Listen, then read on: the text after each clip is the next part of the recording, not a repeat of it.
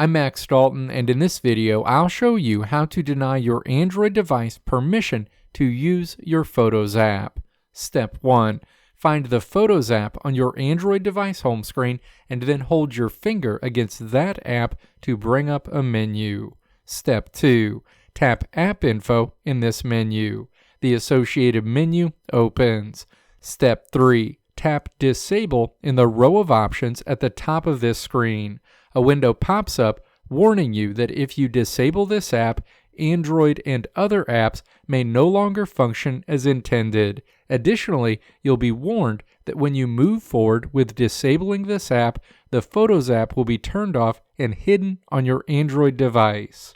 Step 4. Tap Disable App. The Photos app will be disabled, effectively denying your Android device permission to use that app.